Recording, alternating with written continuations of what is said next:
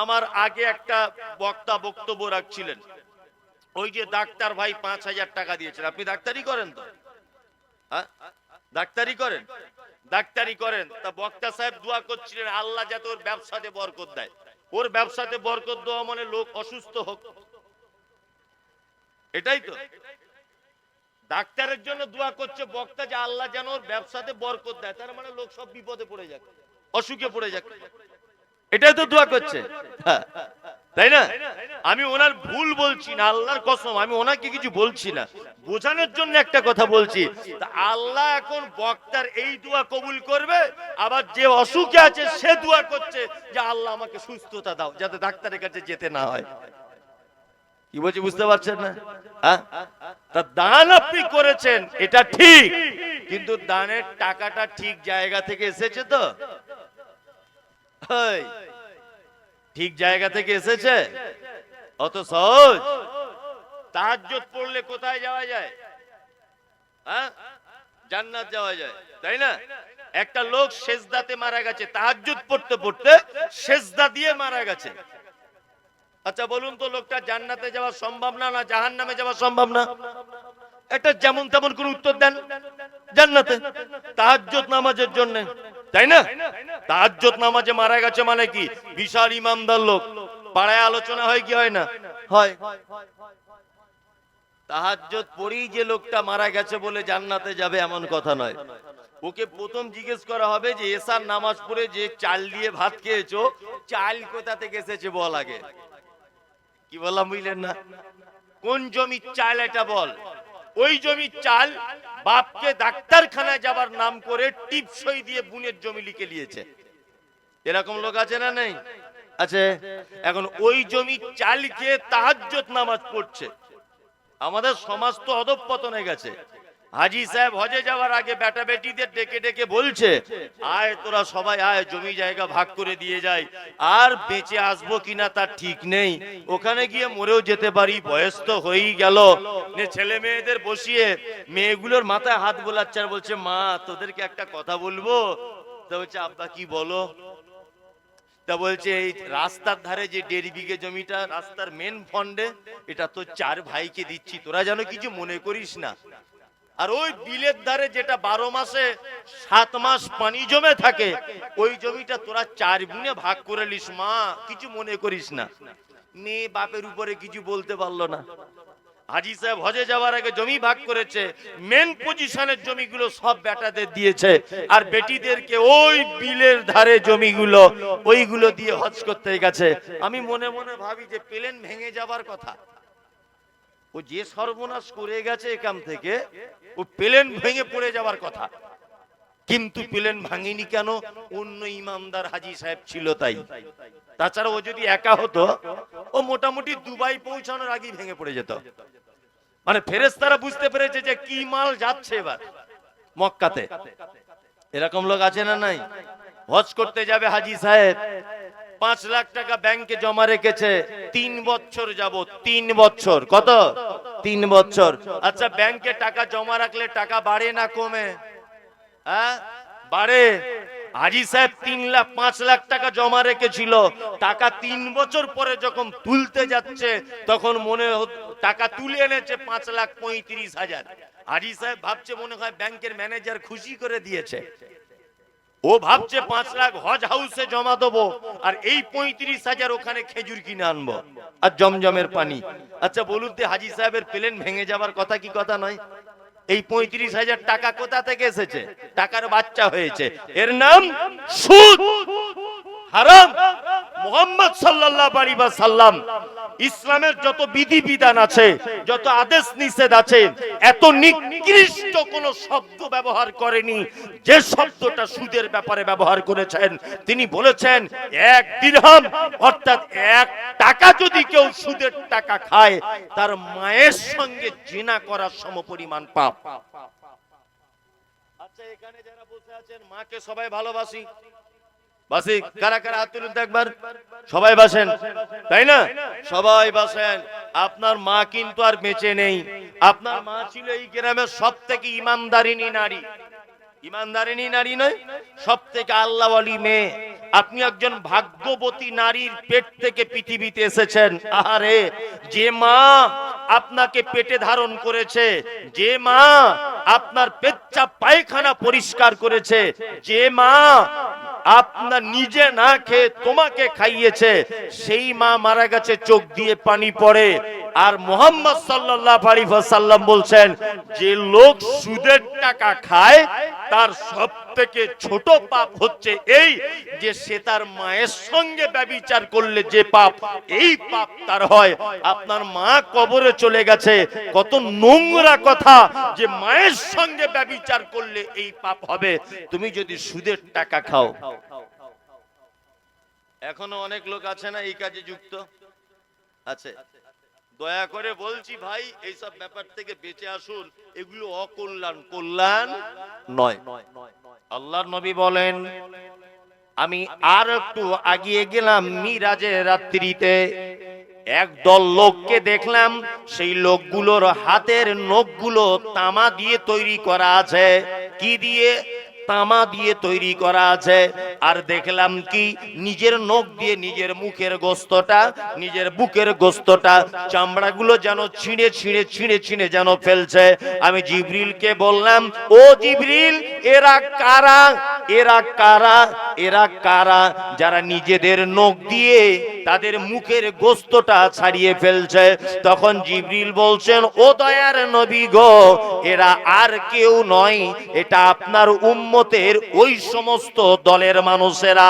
তারা কি করত না গীবত করত, চগলখড়ি করত, এর কথা ওকে গিয়ে বলে লাগিয়ে ঝামেলা বাঁধিয়ে দিত। এই লোকদের এই রকম ভাবে সাজা কিয়ামত পর্যন্ত হতে থাকবে,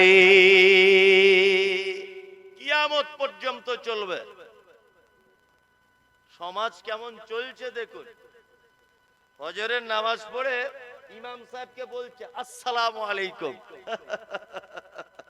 খুব হাসছে দাঁত বার করে, বলছে আপনার মতো ভালো ইমাম সাহেব আমাদের এলাকাতে একটাও নাই। আমি 30 বছর নামাজ পড়ছি, কিন্তু আপনার মতো লোক খুঁজে পাইনি। আপনি এত সুন্দর কোরআন তেলাওয়াত করেন, আর আপনার মানে ব্যবহারটা এত সুন্দর, আমাদের খুব ভালো লাগে। কে বলছে? ফজরের নামাজ পড়ে একজন পাক্কা নামাজি বলছে, আপনি খুব ভালো লোক। জোহরের সময় ইমাম সাহেবের বউ ফোন করেছে, বেটাটার খুব পাতলা পায়খানা, মনে হয় অক্সিজেন দিতে হবে, বা মনে হয় সিলাইন দিতে হবে, তাড়াতাড়ি করে বাড়ি এসো। তাই ইমাম সাহেব জোহরের আগেই মোটরসাইকেল নিয়ে বাড়ি চলে গেছে, কাউকে বলার টাইম পাইনি। এখন যে লোকটা ফজরের নামাজের পর ইমাম সাহেবের তারিফ করেছে, ওই লোকটা জোহরে গিয়ে দেখছে ইমাম সাহেব নাই। তখন বলছে, ইমাম সাহেব গেল কোথায়? কোথায় গেল? কাউকে বলে গেছে, এই গেছে তাই গেছে? বলছে না। তখন লোকটা বাড়ি আসার সময়তে ফটিকের চায়ের দোকানে বসে বসে বলছে, ইমাম সাহেবের সব ভালো, শালা খুব বেশি কামাই করে, একে চাকরিতে না রাখাই ভালো। ভালো করে বুঝবেন, বুঝছে কে না রাখাই ভালো চাকরিতে। অথচ ফজরের নামাজের পরে বলেছে আপনার মতো ইমাম সাহেব এলাকাতে একটাও নাই, খুব ভালো ইমাম সাহেব। আর এই লোকটাই জোহরের সময়তে 2 নম্বরই কথা বলছে। বলছে কি? বলছে না, একই পাক্কা মুনাফিক, একই মুনাফিক। আর এখানে যদি ইমাম সাহেব ভাইরা কেউ থাকেন, তাহলে আপনি জেনে নেন, আপনার কোনদিন যদি চাকরি মসজিদ থেকে যদি যায়, একটা লোকের কারণে যাবে। এক, যে লোকটা আপনার কাছে বসে গুজুর গুজুর গুজুর গুজুর গুজুর গুজুর করে, আর আপনার ভাত আনলে তরকারি ভালো হলে বাড়ি থেকে ভাত এনে একসঙ্গে বসে খায়, আর যে আপনাকে বেশ জুত করে একটা পান এনে খাওয়ায়, আপনার চাকরির যদি কোনোদিন 12টা বাজে, তা এই লোকটার জন্যই বাজবে। কি বললাম বুঝলেন? সব মসজিদে দেখবেন এরকম 3-4টে লোক থাকে, সব সময় ইমাম সাহেবের কাছে গুজুর গুজুর গুজুর গুজুর, আর সব থেকে বেশি বেড়া লাগায় ওই লোকটাই। সব থেকে বড় মুনাফিকের পাত করে এই লোকটা, কারণ ওই ইমাম সাহেবের সব গোপন তথ্য জানে। গ্রামের সেক্রেটারি কিন্তু জানে না, গ্রামের চ্যাংড়া ছেলেরাও সব জানে না। জানে? জানে না, ওই জানে। খুব সাবধান। গীবত, পরনিন্দা মারাত্মক বড় পাপ। এই পাপ করলে সহজে জান্নাত পাওয়া যায় না। আকবারুল কাবায়ের, অর্থাৎ বড় বড় পাপ। আল্লাহ আপনাদেরকে আমাদেরকে এই পাপ থেকে হেফাজত করুক, বলুন আমিন। আমিন। আল্লাহ তাআলা তারপরে বলছেন অকল্যাণ কিসে? আল্লাযী জামা মালান ওয়া আদ্দাদা, যারা মাল জমা করে গুনে গুনে রাখে। আজকে 1 লাখ, কালকে 2 লাখ, তারপরের দিন 6 লাখ, তারপরের দিন 1 কোটি টাকা যারা গুনে গুনে রাখছে, ইয়াহসাবু আন্না মালাহু আখলাদা, আর যারা মনে মনে ভাবে যে এই টাকাই আমাকে বাঁচাবে, এই টাকাই আমাদের সব, এই আমাকে রক্ষা করবে বিপদ আপদ হলে। আচ্ছা বলুন তো, এই ধারণা আজও পর্যন্ত অনেক মানুষের আছে না নাই? আছে। টাকা ইনকাম করে জমা করে করে রাখছে না, বলছে টাকা আমাকে বাঁচাবে। অনেকজনকে বলছি চাচা নামাজ পড়তে যাবে না, আজান হয়ে গেল, বলছে নামাজ পড়ে তুই কি পেয়েছিস? হ্যাঁ, নামাজ পড়ে তুই কি পেলি? সেই তোর মাটির ঘর, মাটির ঘরই আছে। আমি নামাজ না পড়ে দেখ 2 তলা বাড়ি হাঁকিয়ে দিয়েছি। বলছে কি বলছে না? একজনকে বলছে চাচা দাড়ি রাখো, বলছে তুই দাড়ি রেখে কি পেয়েছিস? বরঞ্চ সাবান বেশি খরচা হয়েছে, তেল বেশি মাখতে হয়, আমি দাড়ি না রেখেও তো সবকিছু পেয়ে যাচ্ছি, আমি কেন রাখতে যাব? এরকম লোক মার্কেটে আছে না নেই? চাচা নামাজ পড়বে না গো, বলছে নামাজ পড়ার টাইম আছে, এখন তো সবে 30 বছর, এখন বেটা বেটিদের ভবিষ্যৎ করি, তারপরে তো নামাজ পড়বো। বলে কি বলে না? বেটার ভবিষ্যৎ করছে, হারাম হালাল বাছাই নেই, বেটার ভবিষ্যৎ। এই বোকা কোথাকারে, তুমি বুঝো ভবিষ্যৎ কার বলে?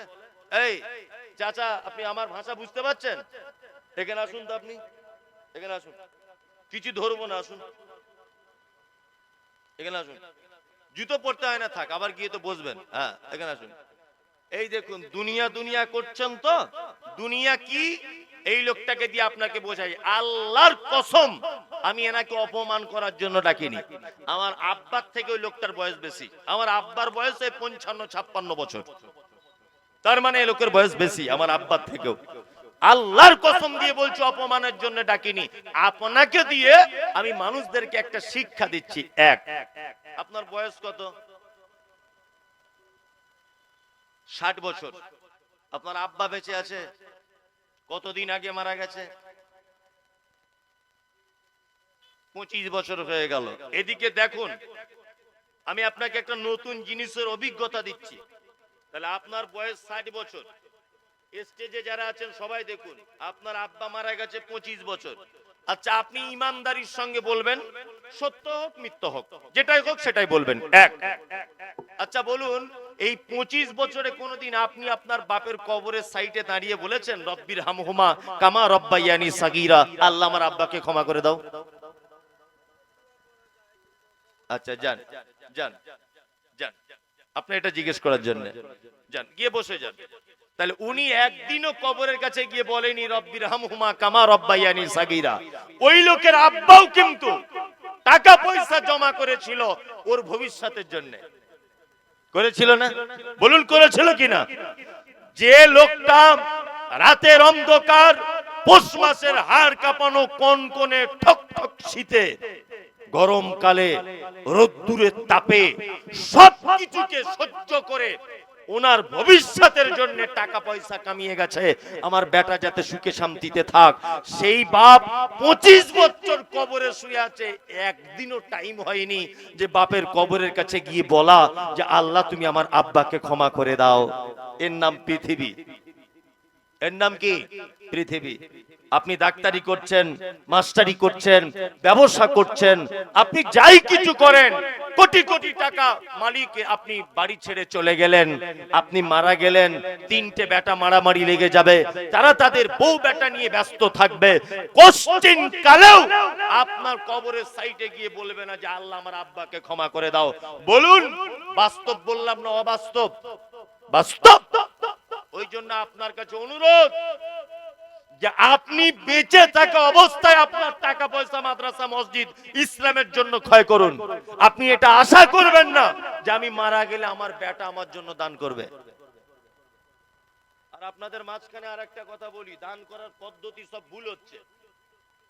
যারাই দান করছেন, এই ডাক্তার ভাই দান করলেন, আর একজন 5,000 দিলেন, আর একজন 10,000 দিলেন, আমি কেউ সবাইকে চিনি না। আর আমি কিষানগঞ্জ এলাকাতে প্রোগ্রাম করতে আসতে চাই না। মানে আমার মনের দিক দিয়ে ভালো লাগে না, কারণ আমার মনে মনে হয় যে আমার ভাষা ওরা বুঝতে পারছে কিনা, আমার ভাষা বুঝতে পারছে কিনা, এই এই এই কারণে আর কি মনে মনে হয়।